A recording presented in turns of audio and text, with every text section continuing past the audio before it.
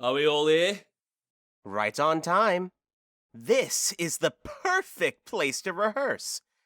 This clearing will be the stage, and this hawthorn bush will be our dressing room. Let's put on our play exactly as we'll perform it for the Duke. Peter Quince. What is it, Jolly Bottom? There are things in this comedy of Pyramus and Thisbe that will never work. First of all, Pyramus has to take out a sword to kill himself, which the ladies in the audience won't be able to stand. What should we do about that? By God, that's a real problem, it's true. Not at all. I've got a plan that'll fix everything. Write me a prologue that I can recite to the audience before the play starts. Tell them that we won't hurt anyone with our swords, and that Pyramus isn't really dead. And to make it even clearer, we can tell them that I'm playing Pyramus, but I'm not really Pyramus. Really, I'm Bottom, the Weaver, and that'll keep them from being afraid. All right, we'll have a prologue then. We'll write it in the alternating 8 and 6 syllable lines, just like in a ballad. No, add a couple more syllables, make it 8 and 8. Won't the ladies be scared of the lion? I'm really worried about that. Sirs, you ought to think to yourself, bringing in, God forbid, a lion amongst ladies is really terrible. There's no scarier wild bird than the living lion. And we should remember that. So we need another prologue to tell everyone he's not a real lion. No, we can just announce the actor's name and let his face show through the lion costume and have him say something himself. He could say the following or something to the same effect. Ladies or lovely ladies, I would like to ask you, or I would like to request of you, or I would like to beg you not to be afraid and not to tremble with fear. I value your lives as highly as my own. If you thought I was a real lion, I would be risking my life. But no, I am not at all a lion. I am a man, just like other men. And then he should say his name and tell them plainly that he's Snug, the carpenter. All right, that's what we'll do then. But there are 2 things we still have to figure out. How are we going to bring moonlight into a room? Because, Pyramus and Thisbe meet by moonlight. Will the moon be shining on the night we're performing our play? We need a calendar. Look in the almanac. Look up moonshine. Look up moonshine. Yes, the moon will shine that night. Well then, you can leave one of the windows open in the big hall where we'll be performing and the moon can shine in through the window. Yes, or someone else will have to come in carrying a bundle of sticks and a lantern and say he's come to disfigure or represent the character of Moonshine, because the man in the moon is supposed to carry sticks and a lantern. But there's still another problem.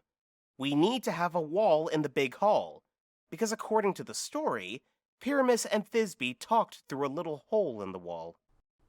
You'll never be able to bring in a wall. What do you think, Bottom? Someone should play the part of the wall. You can have plaster or clay or limestone or something on him to show the audience he's a wall. He can hold his fingers in a V shape like this, and Pyramus and Thisbe can whisper to each other through that little crack. If we can do that, everything will be all right. Now sit down, everybody, and rehearse your parts. Pyramus, you start. When you have said your lines, go hide in that bush. Everyone else go there too when you're not on stage. Who are these country bumpkins swaggering around so close to where the fairy queen is sleeping? What? Are they about to put on a play? I'll watch, and I'll act in it too if I feel like it. Speak, Pyramus. Thisbe, come forward. Thisbe, flowers with sweet odious smells. Odors! Odors! Odours and smells are like your breath, my dearest Thisbe dear. But what's that? A voice! Wait here a while, I'll be right back. It's the strangest Pyramus I've ever seen. Am I supposed to talk now? Yes, you are. You're supposed to show that you understand that Pyramus just went to check on a noise he heard and is coming right back. Most radiant Pyramus, you are as white as a lily, and the color of a red rose on a splendid rose bush, a very lively young man, and also a lovely Jew. You are as reliable as a horse that never gets tired. I'll meet you, Pyramus, at Nini's grave. That's Ninus's grave, man. And you don't say all of that yet. You're supposed to say some of it as a reply to Pyramus. You just said all of your lines at once, cues and all. Pyramus, enter. You missed your cue. It's never get tired. Oh. As reliable as a horse that never gets tired. If I were handsome, if I were handsome, my lovely Thisbe, I would still want only you. Help! It's a monster! We're being haunted! Run, everyone, run! I'll follow you. I'll run you around in circles through bogs and bushes and woods and thorns. Sometimes I'll take the shape of a horse. Sometimes I'll take the shape of a hound, or a pig, or a headless bear. Sometimes I'll turn into a fire, and I'll neigh like a horse, and bark like a hound, and grunt like a pig, and roar like a bear, and burn like a fire at every turn. Why are they running away? Oh, this is some joke of theirs to scare me. Oh, Bottom, you've changed. What have you got on your head?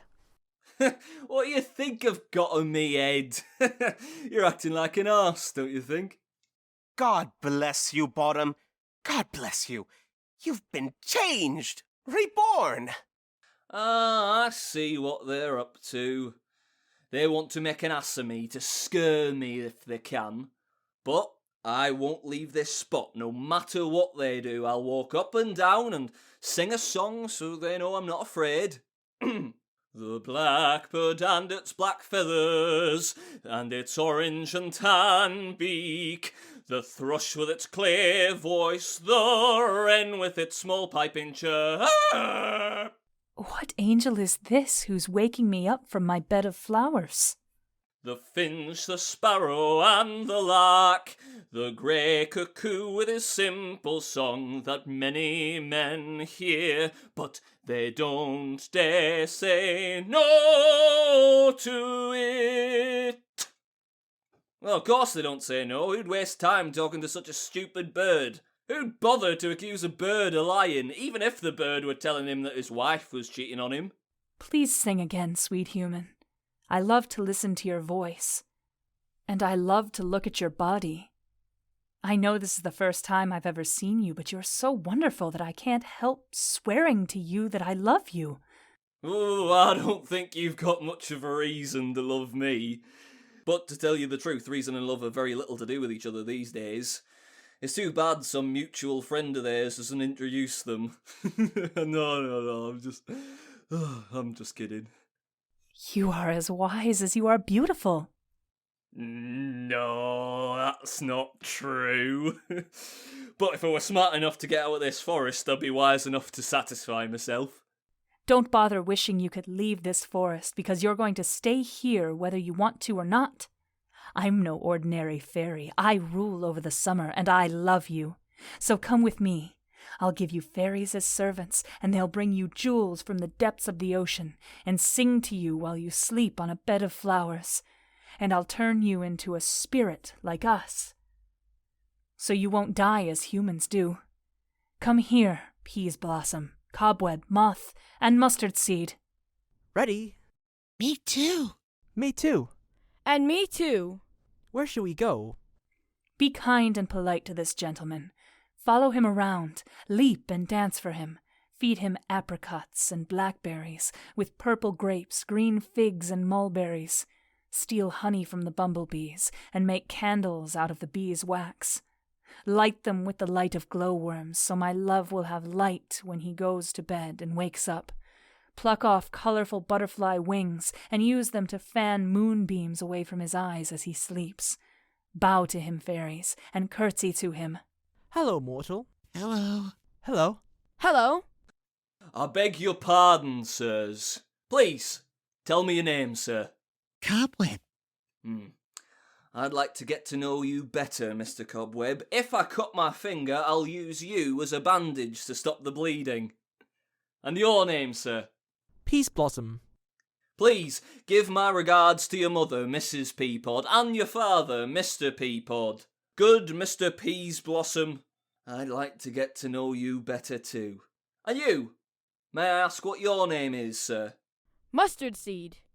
Good Mr. Mustardseed, I know you very well.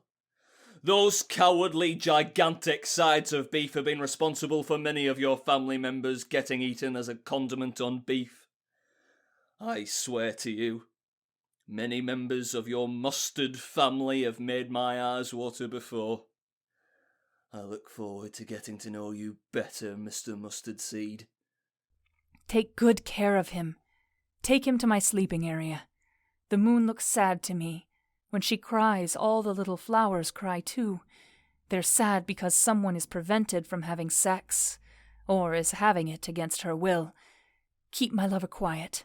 Bring him to me in silence.